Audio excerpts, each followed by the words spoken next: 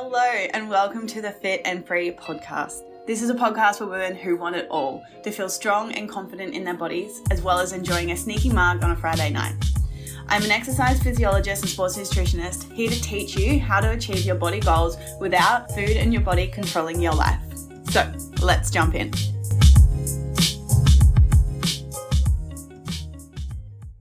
If you've been dieting for months, maybe even years, but you are still feeling stuck, you've tried so many different approaches and yet the scale doesn't budge or the definition you want is still out of reach.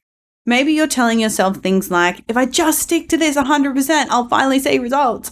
Or I'm not seeing results fast enough, so what's the point? Or if one slip up turns into I've ruined everything, I may as well start over tomorrow.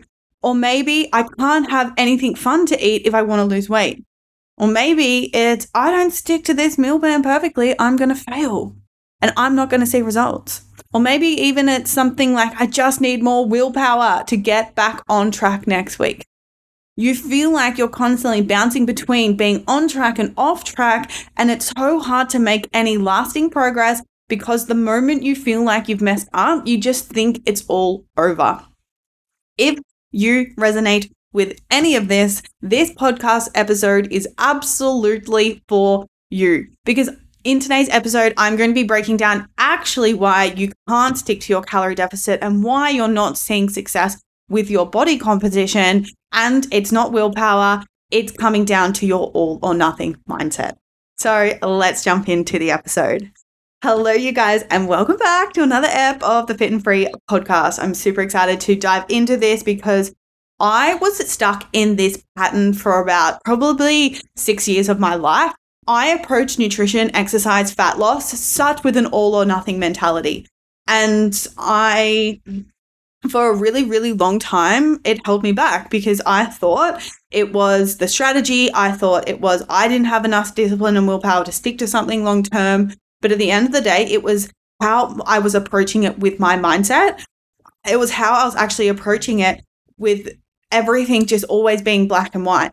And then because I was constantly playing out the perfectionist pattern, like literally every last thing that I did was never good enough.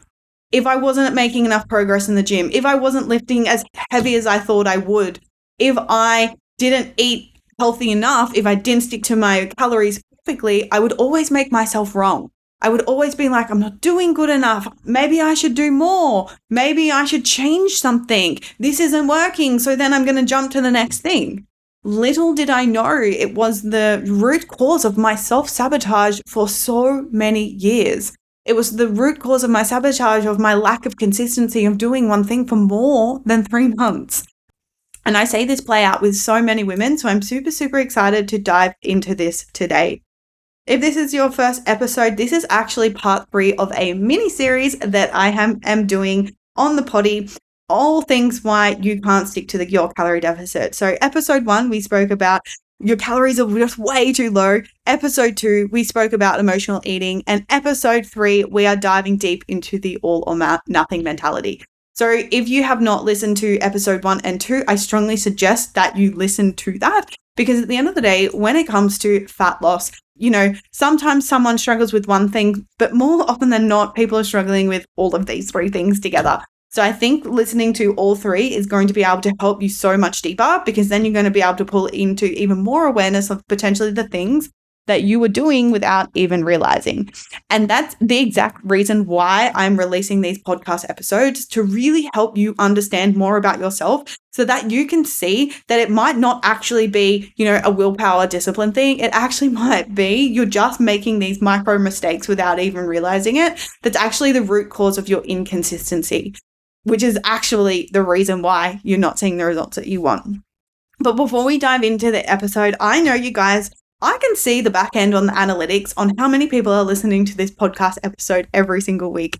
And I know you guys are coming back for more every single week. So that shows me that you like it, right? So if you are enjoying these podcast episodes, please, can you just write me a review? Please. And the reason I ask is because if you don't know, my mission is really to help women realize that food is a good thing. Food is fuel. Food is the way that we're going to nourish our body, we're going to get strong, and we're going to feel our absolute confident best self in a way that we're nourishing our body and nourishing our soul. And also pairing that with just getting strong AF in the gym.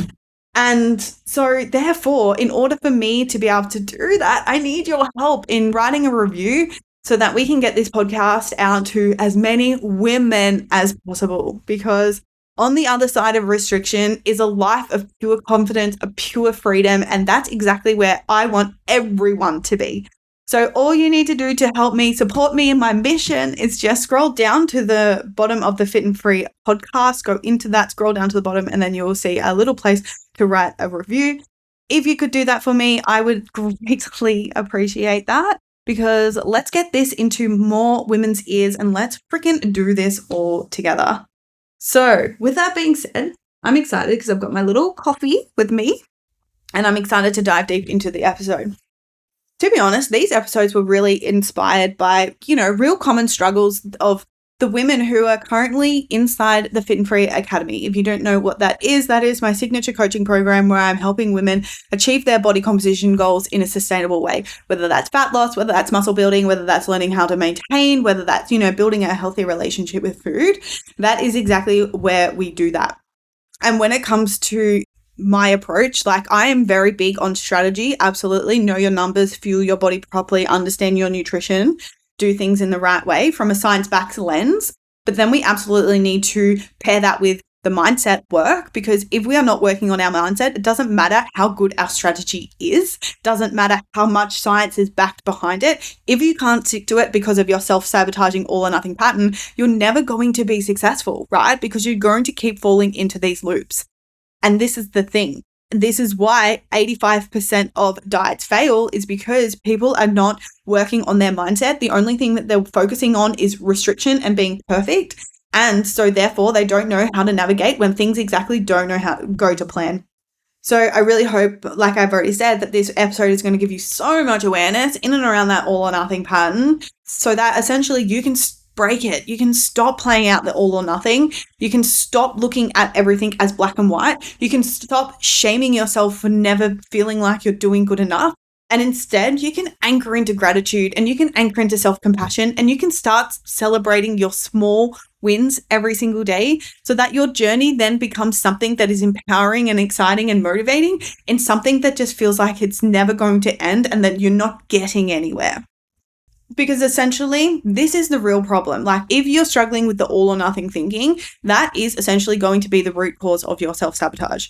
And I think it's really, really important that we shine a lot of light onto this, on why, you essentially are not the problem. And this is where, so many women are so self-critical on themselves, because they have, the perfectionist pattern when they only feel good enough when they're moving forward and feel like making progress towards their goal. And they have to do everything exactly perfectly and exactly the way that they set in their brain, because if they don't, then they feel like they're failing, right? We have to shine light onto this, and it's a common pattern. So if you're struggling with this, know that you're not alone. I too also struggled with this for so long. But at the end of the day, this kind of pressure that we are putting on ourselves is unnecessary, and we're really doing it to ourselves. And it really becomes a problem, because essentially this high pressure that we're putting on ourselves for things to go exactly perfect, exactly the right way, it leads to burnout. It always having this need of always needing things to go exactly right, not being okay with making mistakes, and having this such high standard. But it's not even the high standard, it's essentially the pressure that we put on ourselves to reach that high standard, because we care so much about our goal, right? This pressure that we put on it for our need to get it right, because if we don't get it right, we feel like we're failing, right? This pressure that we put on ourselves is debilitating. It drains your energy. It is the definition of physical and mental burnout. And I have done this to myself countless times. It is still a current work in progress. Whilst, yes, I don't do it with my nutrition anymore. I used to, but now I see it playing out in other areas of my business. And this is still something to this day that I am learning how to give myself more grace and compassion in certain areas. But if we scroll back 5 years, I used to do this to myself in everything. everything, the gym, my nutrition, all of the things. It was always, Laura, you're not doing enough. Laura, you're not doing good enough. Laura, you don't look like those fit people on Instagram. So what you're doing right now is wrong, right?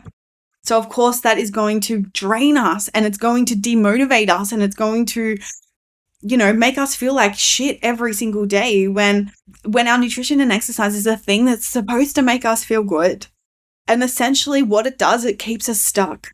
Because what happens is then when we're in this constant vicious cycle of never doing good enough to essentially avoid failure, because if we don't hold ourselves to this high standard, if we don't do things to the expectation that we set ourselves, then we deem that we are shit and that we're failing and that we're never going to be successful, right? Then what happens is that like one mistake or one slip up, like one small mistake can feel like a complete failure, making us feel like we just need to start over. We just need to do it again. We just need to completely like wipe out everything and then just start again so that you can do everything perfectly again. So then listen to that. Like that is just absolute torture that we are doing to ourselves. So of course it keeps us stuck, because instead of being consistent and making slow progress, chipping away at it, it's constantly like this volcano eruption of being like, oh my God, I'm failing. Just throw everything out the window. Let's rebuild and start again. Like how many times then are we rebuilding again and again and again and again, which is essentially keeping us stuck in that failure loop of actually not making any real progress. And that's happening because of our all or nothing thinking. And then the other problem with the all or nothing thinking is what happens, it erodes our self-trust. Because we get in these cycles that are so black and white, like if I'm not doing it exactly this way, then I'm doing it wrong, I'm failing, I make this one mistake, I make it mean that I'm a complete failure, I make it personal. So then I lose the consistency, because then it's like, well, what's the point? What's the point of doing this? Let's go try something completely different, right? So therefore, what that's actually doing, it's eroding our self-trust. Because essentially, like we have a specific goal, we go for 3 weeks, right? We do things, we go for 6 weeks even, we go for 8 weeks. Then the all or nothing pattern plays out. I'm not seeing results fast enough. I'm not doing a good enough job. I'm not lifting heavy enough. And then we make it personal. I'm shit. I'm failing. I'm not going to see results. So therefore, what's the point? There goes our level of self-trust. We now don't trust ourselves to remain consistent at one thing for a long period of time. Because essentially what this pattern is reinforcing to us is that you cannot be consistent at something. And if we can't be consistent at something for, longer than 12 weeks, longer than 6 months even, right? Then of course we're not going to be able to trust ourselves to be able to reach the goal. Then that significantly impacts our ability to believe that we can. And if we do not believe that we can, then that of course is going to be a self-fulfilling prophecy, right? If we don't believe, if we lack that self-belief, then of course you're not going to be able to do it, right? So this is why, you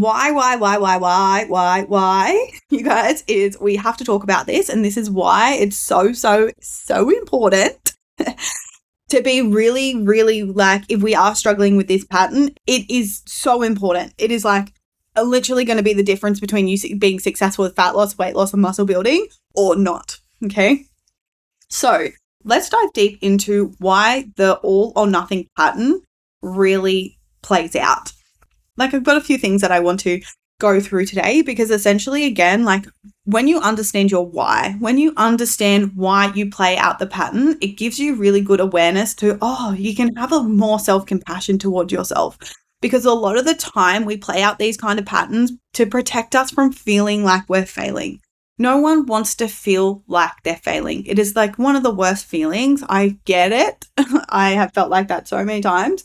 So therefore, like we just have to remind ourselves, and like I always like to say, you've just got to remind that little Loz inside of you, that little version of you, like she's just trying to do her absolute best right now. She is just trying to make her way in the world. She is just trying to have some level of success. She's just trying to belong. She's trying to connect. She's trying to love.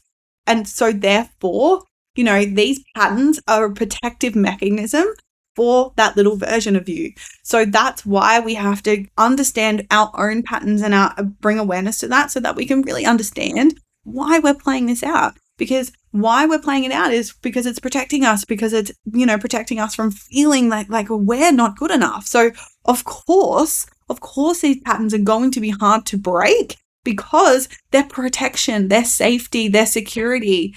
And why we need to know that is because like sometimes we can get really hard on ourselves and we can shame ourselves and we can be like, why the hell am I doing this to myself again? Like, why do I keep doing this? This is why.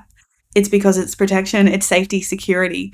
So essentially what we need to learn how to do is give ourselves those feelings of safety, security, feeling like that we're good enough in a different way. And that's how you're going to essentially break free of these patterns. So first of all, number one, we need to understand why the all or nothing plays out. And one of the main, a really common reason why this is happening is just the desire for quick results, right? People want fast results. They want fat loss now. They want to feel confident in their body now. They want a flat stomach. And then and we can thank, social media for that. Like we're bombarded with, before and after photos on 8-week challenges and things like that. It's like, well, that person has that kind of results and I don't have that. So what I'm doing must be wrong, right? So then what happens with the all or nothing thinking is then people believe like, okay, they've signed up for something. And then they create this belief that I have to do this perfectly because if I don't do it perfectly, then I'm not going to see the result that I want. And then you get stuck in this pattern of feeling like you have to do it exactly right. And if you don't do it exactly right, then results are going to be slow. You're going to waste time. And then you can even pair that with you set this expectation. You expect to do this in a certain time frame. And then you don't meet that expectation, then that together can trigger this part of you that doesn't want to fail. So you start overthinking things. You start thinking like, well, this isn't working. This isn't working fast enough. I'm not doing good enough at this. I'm not putting in enough effort, or insert your story. Or, right, if you go outside of the plan, you don't do it perfectly. Maybe you ate a little bit extra. Maybe you went out for a dinner that you didn't plan. Maybe you went over your calories because you went to your friend's barbecue. Then that can trigger us into a all or nothing pattern of being like, well, I went over it. I've ruined it. Oh my God. And then fall into the pattern, well, I've already ruined this. Then what's the point? I'm just going to eat whatever for the rest of the day and then start again. Or it could be like, what's the point? I'm not even going to do this, and then completely quit, right? So the reason why this is happening is because we have made it mean that the only way to see a result is to follow the plan perfectly. And if we're not following the plan perfectly, then that means we've failed at it. Then also here, if we are not seeing the results that we anticipated in the time frame that we've set ourselves, then we can also then make that mean that, well, this isn't working.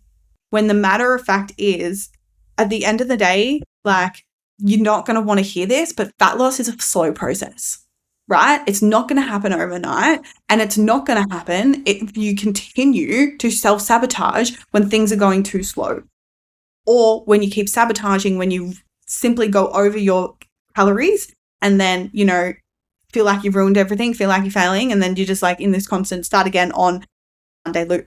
And this is the real problem. Fat loss is but it's a slow process. And to get lean is a slow process, especially because the body doesn't want to get lean. The body has so many compensation mechanisms. As soon as you enter a calorie deficit, the body is literally starting to fight against you as soon as you put yourself in an energy deficit. So this is what you have to understand, is that fat loss is not going to happen in 8 weeks. Fat loss is going to take time. And there's going to be moments where you feel where you are putting in effort and nothing is working. And you have to be able to ride that. You have to be able to remain consistent. So essentially what you need to be able to do is allow yourself to sit in the gray. When you make a mistake, that's fine. You're human. That doesn't mean you're failing. That doesn't mean you're shit. That just means you ate a little bit extra calories on the barbecue, and then you need to be like, okay, why did I do this? Do I need to look at this? Is there something that I need to take responsibility for? Or is it something that I just need to like, okay, move on and then just go back into my normal way of doing things, just going back into my plan, right? Because you're going to have to be able to sit in the flexibility of gray. You're going to have to be able to hold yourself to make mistakes and be okay with it, not make it personal, and then being able to move on. Because at the end of the day, you don't have to stick to your plan perfectly. Absolutely not. But you do have to be consistent over a long period of time. And you do have to pull yourself back in when you do make a mistake and get back into that consistent lens. Because essentially, we got to stop making everything mean that we're shit, that we're failing, because it's not true. You are not a failure for eating 5 extra Easter eggs. What that means is you just got to look at why you ate the Easter egg so you can address it and then be able to move on. Now, another really big reasons why people play out this all or nothing pattern is because essentially it gives us a lot of comfort and control. Because essentially, when we are doing things our way, when we have full control over, what we're eating, it gives us the illusion of control, which then feels reassuring when life feels chaotic. Because, I remember there's been moments where I'm like, okay, I am in full control. I know exactly what I'm doing. This is amazing. Like, I'm feeling good. But the problem with this is then when someone then invites you to go out for dinner, you're like, oh my God, what do I do? Or when, you're at work and then there is, birthday cake and you're like, oh my God, this is not in the plan. Right? Then what can happen in this pattern is then we really start to overthink everything. You're like, oh my God, I'm going to go over my calories. I'm going to go over here and then there. And then it's just like, oh my God, well, if I do this here, then I'm not going to make progress. And then I'm just going to la, la, la, la, la, la. And the overthinking starts, right? And this is the problem, because now what we're looking at, it's like we're either all in or all out with no level of flexibility. Because what's happening is because we were in control, all of a sudden we're not in control, and we don't know how to think things as not all or nothing. We only know how to think as no or yes, instead of being able to being like, have a more flexible approach to being like, okay, yeah, I'll have a little bit of cake. So that means then maybe I'll just have a little bit less dessert tonight if I'm in a calorie deficit, and play it out like that. And the reason why is because the control piece makes us feel safe. And if we're not in control, we don't feel safe, and we don't feel like what we're going to do is going to move us towards our goal. And because we have so much emotional attachment to the goal, because the goal that we've set is I only feel good enough if I am achieving that goal, because we have a lot of value and a lot of worth tied to it, then when we're not in control, it triggers the part of us that doesn't feel good enough. So then we don't feel safe and secure. So of course, then we're going to be holding on to that all or nothing as dear life. We're going to be holding on to that control, because that is essentially our safety and our reassurance on how we're going to be successful. But the thing is, like, again, you don't have to have so much control. Again, you have to learn how to be consistent.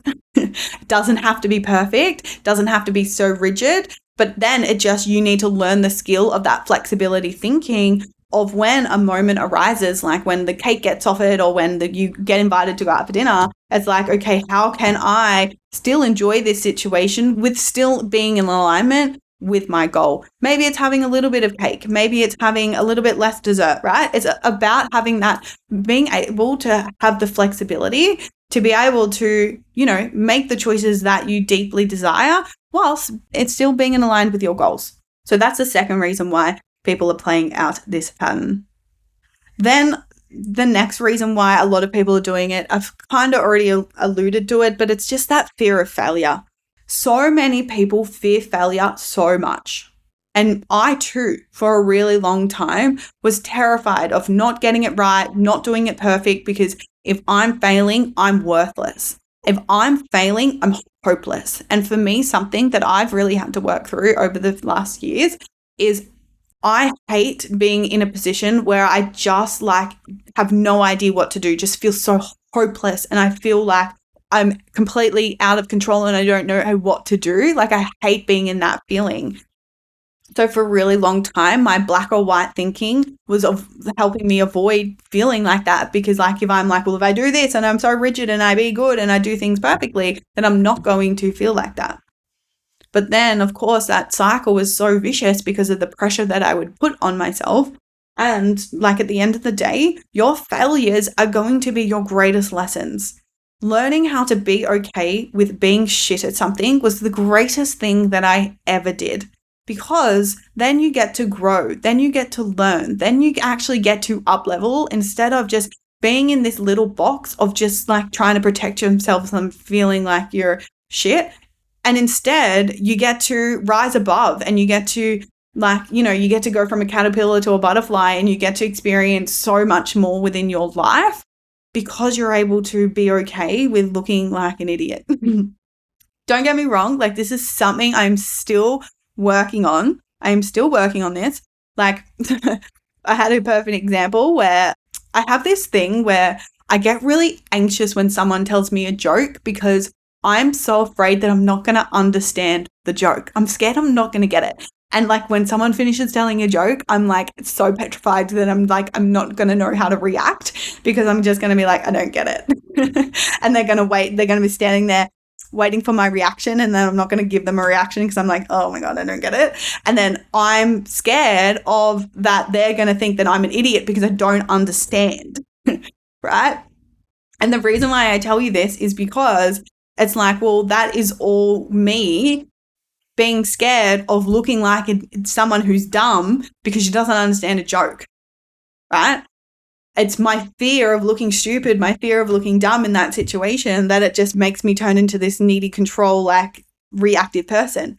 But now that's something that I'm working on. Now, if I don't get a joke, I'm just like, I don't get it. Like, can you explain it? But for a really long time, I was afraid of saying that, right? Because of my fear of not necessarily failure, but my fear of looking like an idiot to that person. And it's all me. It was all me. And this is why the reason why I tell you that story is because like we do this to ourselves. It's all our internal monologue, and it's all coming from a place of like, I didn't want to look like I'm an idiot. I didn't want to look like I was stupid. So then I was playing out this pattern, right? And the same goes for the all or nothing thinking and our fear of failure. We do things to prevent us feeling like that, which essentially then burns us into the ground. It's like the overwhelm, the anxiety, the overthinking, all of the ego reactivity responses that are coming up from that are just not worth it. And then the last thing that I really want to talk about why people play out this pattern is because of their lack of success and their past diet failures in the past, essentially. Because what can happen is like if you've had multiple experiences of like you've tried something and it didn't work for you, maybe you fell into a yo-yo pattern, maybe you lost weight and then you just put it back on. That can also then make you believe that the only way to be successful is if you are all in. If I just do this for X amount of time, if I'm really restrictive, then I'm going to lose the weight because that's how I've done it in the past and that's the only way to succeed. But then essentially what's happening in that is because you've created this belief that I only see results if I am perfect and I am super restrictive and I'm just really good, is then anytime you're not any of those things, you lack the self-belief and you lack that self-trust that you're going to be able to maintain your weight loss. And the thing is because you've never learned how to do it with great. You've never worked on your all or nothing mindset whilst you've been working through a fat loss phase. And so of course, you can see why that pattern plays out is because it's then just a protection mechanism, again, for you not being successful. And that's why I really think that the Fit and Free Academy is quite different to a lot of other coaching programs, because on our coaching calls, like we're talking about our mindset and the all or nothing thinking so freaking much because it's something that so many women are struggling with. Because essentially, you guys, what you need to do is you need to learn how to do it in gray. You need to learn how to do it with a flexible mindset, not a black and white mindset. And you need to do it in a way where you are giving yourself grace and self-compassion and you're learning your patterns and you're understanding what your self-sabotage is. So essentially, you stop the patterns so then you can actually be successful. So you might be thinking now, like, how do I do that? How do I stop this all or nothing? Because I potentially can see that I am really playing this out. And my clients are going to get sick of me saying this, but awareness is always going to be your first step to change. So first of all, you need to see where you are playing out your all or nothing patterns. And this is where it's really nice to have a coach to help you see that within yourself. Because a lot of the time, these are blind spots. And what that means is like you're playing out this pattern without even realizing it. Because if you don't even realize that you're doing it, how are you going to see that you're doing it and therefore change that you're doing it? And this is where coaching can be super, super, super powerful for you to be able to bring that into your awareness. Because essentially you need to understand why you're doing it. What's the core belief that's driving it? Is it, your fear of failing? Is it a control thing? Is it safety? Is it security? Like, you have to figure out why your all or nothing pattern is playing out. So then you can see where you play it out so that you can then choose differently and give yourself that sense of safety, security, learn how to look at things in a little bit more with a little bit more flexibility, look at things as a little bit more gray rather than like so strict or all or nothing. Because that way, then you're going to be able to know how to navigate any sort of situation. You're going to know how to navigate when you go over calories, when the scale spikes, when you eat over your calories. And instead of falling into a guilt and shame spiral, and instead of beating yourself up and overthinking it for the next 3 days, you're going to have the power and you're going to have the tools to be able to interrupt and break your pattern. So essentially, you can remain consistent. And that is absolutely something that I am helping my clients with on our weekly group call inside the Fit and Free Academy. I love that space so much. And this is where I really help my clients see the things that they're not seeing and to help them be able to move through them and really be able to give them the tools and then therefore be able to be consistent and breaking those patterns. One thing I have to say in all of this is that, self-compassion is really key through all of this. And this is something like, if you take nothing away from this episode but this, I will be happy, right? You have to stop making everything mean something about yourself. You have to stop with the I'm failing story. You have to stop with the shaming yourself and being hard on yourself and telling yourself that you're not doing a good enough job, because that's just going to keep you in the cycle of the self-sabotage and not getting anywhere. Instead, you need to start approaching your nutrition and exercise with self-compassion, and you need to start being proud of yourself. You need to start telling yourself what you're proud of, what you did good, not what you did bad. You need to start lifting yourself up instead of tearing yourself down, because when you get that, it's when this journey is actually then going to become enjoyable for you, and you won't want to jump off the cliff every 3 weeks or every 3 months and change everything up, because the process is now something that you get to enjoy, that you get to be proud of yourself, that you get to be like, exciting and happy and so many things, because that's how you're going to be able to remain consistent. And then essentially that's how you're going to be able to see results. And I get it, for a lot of women, they have made this pattern, they made it believe, well, if I'm not hard on myself, I'm going to then not be able to follow through. If I'm not hard on myself, I'm not going to be disciplined and I'm not going to have willpower. And if that is you, then girlfriend, you need to work on your self-trust and in your integrity. Because if the only way that you know how to be consistent is to being hard on yourself, you need to look at your self-respect and how you're talking to yourself. Because blatantly, that's not true. Because how many people in this world are consistent and achieving such great things with not shaming themselves and telling themselves that they're not good enough every day? Instead, they're being proud of themselves. Because have you ever thought of changing that internal dialogue? Like, maybe you're afraid, like, if I'm not hard on myself, I'm not going to be disciplined. But what if you actually celebrated yourself and that made you want to keep going and made you more motivated? Because I can guarantee, well, I can't guarantee anything, but I have come from a place of like shaming every last little thing about myself and always telling myself that I was never good enough. Now to this place where I'm proud of myself. I celebrate myself, and not in a cocky way, right? It's in a way that I'm like, yeah, I did that. Like, yeah, I was consistent every day in the gym for the last 6 months. I hit 4 days a week. I'm proud of myself for that. I'm proud of myself for journaling every morning. I'm proud of myself for going for my morning walk and listening to my podcast. And I'm proud of myself for doing things that constantly make me feel good. Like, I'm proud of myself for that, because yeah, I am. And even now saying that out loud, like, it feels good. And it's not coming from a place of like, oh my God, I'm so good. No, it's coming from a place of, no, I'm just proud of myself for, following through on the shit that I say that I'm going to do. So you guys, I really hope that was that's what I really want you to really take away from all of this. Stop being a bitch to yourself. Start treating yourself honestly like your best friend. Because when you really, really, really actually start doing this is when you actually get to, utilize every single moment that you've had in your life as a growth moment. And it really gets to be then an opportunity for you to be able to learn from your mistakes instead of falling down into the well when you make a mistake because you're failing and the world is over. So you guys, let me know if you enjoyed this episode of this mini series. Send me a DM on Instagram. I love talking to you guys. It makes me so happy when you're telling me that you're listening. Tag me in your Instagram stories, post it, share it with a friend if you know someone who else might be struggling with this all or nothing thinking, because I want you guys to win. I want you guys to feel so good in your bodies. So let me know. Thank you for being here. I appreciate you more than you know. And I will see you guys. Actually, I don't think we're going to see you guys next week. And the reason being is because we are rolling out a new segment on Instagram with the podcast, and we're pulling all some creatives together. We're, organizing some things, which is super exciting. So I don't think we're doing a podcast episode next week, unfortunately, because we're just doing some work behind the scenes to get a really good, content flow happening. So I won't see you next week, but I'll probably see you the week after. So appreciate you always. Please write the review, and I'll see you in a couple of weeks.